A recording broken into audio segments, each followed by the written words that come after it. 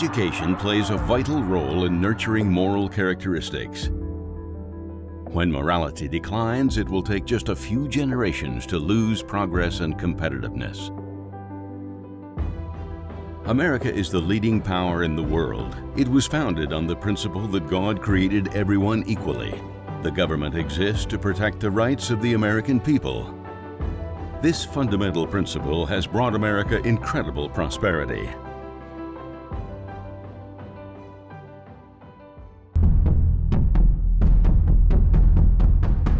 Communists have a goal of dominating the world. They have made tremendous efforts to undermine the United States economically and militarily, along with dismantling American education.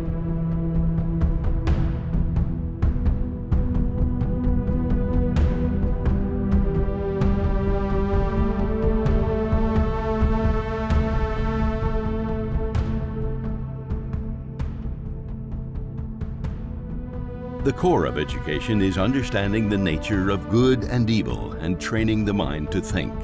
However, America has been experiencing an accelerated decline in educational standards for several decades. For example, it ranks the lowest compared to other developed countries, especially in primary and secondary education.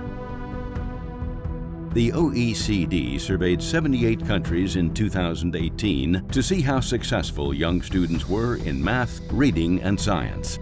America ranked 25th in the surveys, falling behind other developed countries.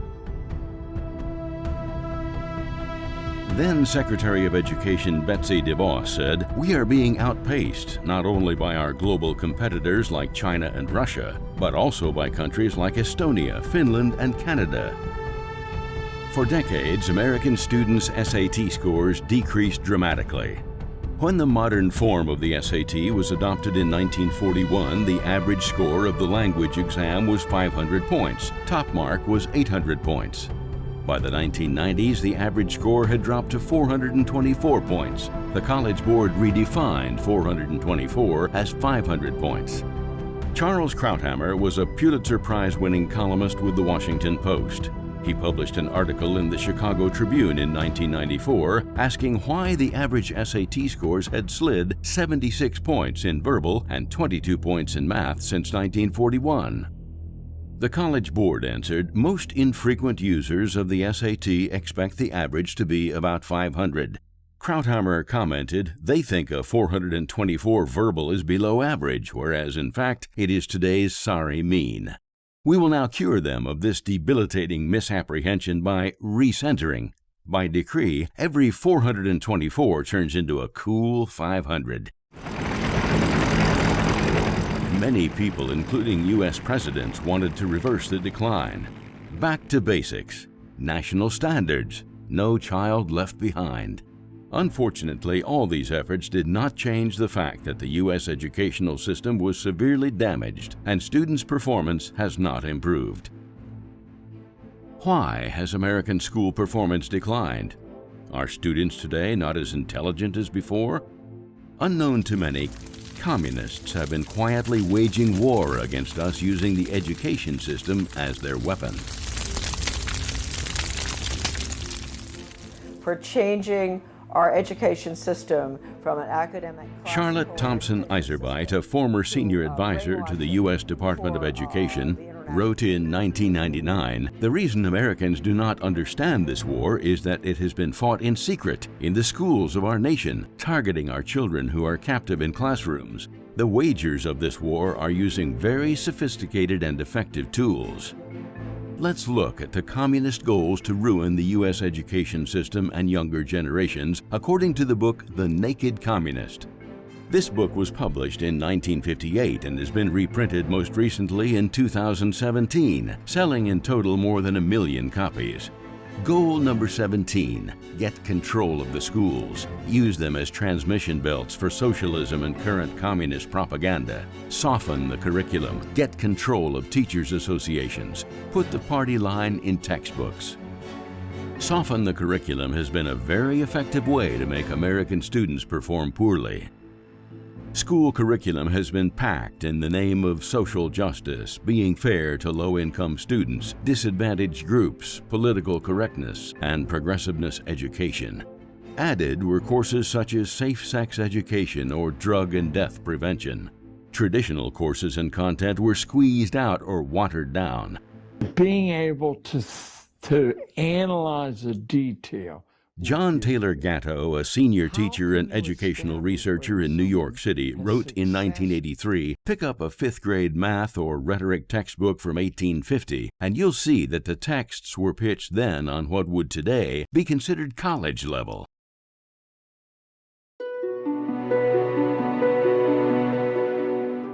In 2013, a school district in Minnesota adopted a project named All for All for pre-K through grade 12.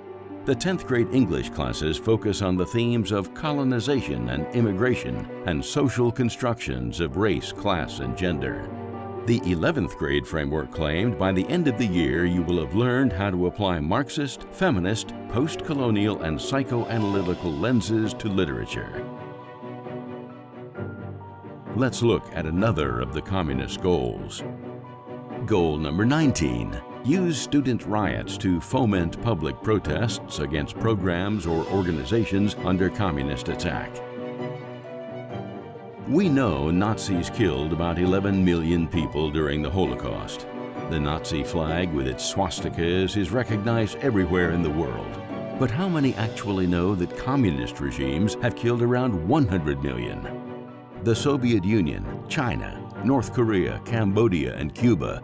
People generally do not relate the communist hammer and sickle symbol to the shame and atrocities that communists have committed.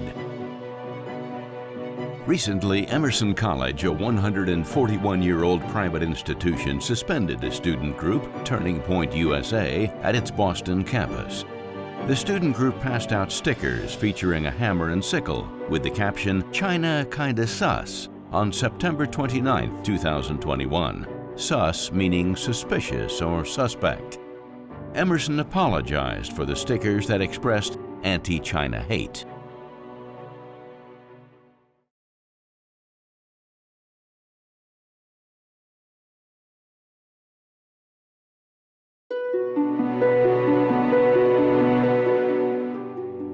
Fred Schwarz, a pioneer of anti-communist activism, observed, "The three basic tenets of communism are atheism, evolution, and economic determinism." American public schools have adopted all three elements of communist ideology. Ruining American students' morality is another of the communist tactics in the United States. Goal number 26. Present homosexuality, degeneracy, and promiscuity as normal, natural, and healthy.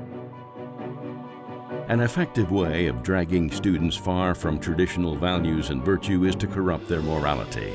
New courses with various communist and socialist ideas and immoral contents became part of the curriculum in U.S. public schools. Traditionally, sex was rarely discussed in public. The divine established that sexual conduct must only occur within marriage. All other forms of sexual behavior were considered promiscuous and sinful. Since the sexual revolution of the 1960s, rates of sexually transmitted diseases, teen pregnancy, and births outside of marriage have risen rapidly. In 1964, birth outside of marriage was typically less than 10%. In 2014, the U.S. out-of-wedlock births averaged 40%. Those who wanted to solve such social problems promoted sex education and emphasized so-called safe sex, preventing disease and pregnancy. This approach ignored all moral aspects of sexual activity and has become another tool for communists to ruin the moral character of younger generations. In July 2016, California adopted a new social science framework for public elementary and high schools. The framework reduced or ignored the founding spirit of America and its military, political, and diplomatic history. In contrast, it highlighted the values of the 1960s counterculture. The curriculum also articulated an anti-traditional framework of sex and family. Sexual content occupied many chapters. The sex education textbook, It's Perfectly Normal, has been translated into 27 languages. Its central theme is that various sexual behaviors are all perfectly normal and that none should be subject to moral judgment. It uses almost 100 nude cartoons inappropriate for young children. Goal number 28 from the book The Naked Communist: eliminate prayer or any phase of religious expression in the schools on the ground that it violates the principle of separation of church and state.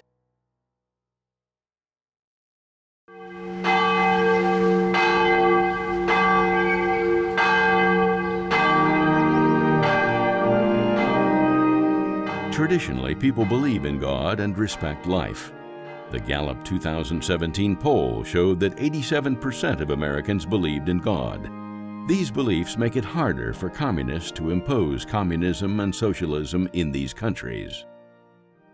Unfortunately, Bible studies in public schools have no longer been allowed since the 1960s. An appeals court ruled in 1981 that students enjoyed the freedom of speech unless the speech was a prayer. At that point, the speech became unconstitutional.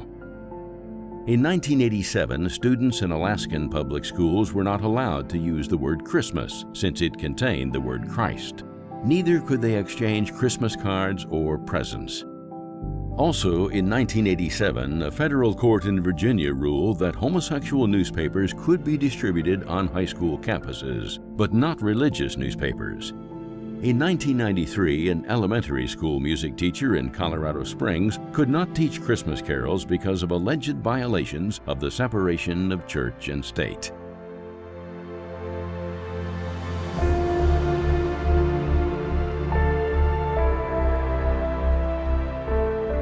For decades, dumbing down our students, education on atheism, evolution theory, socialism and communism, and immoral sex activities have dominated U.S. public schools.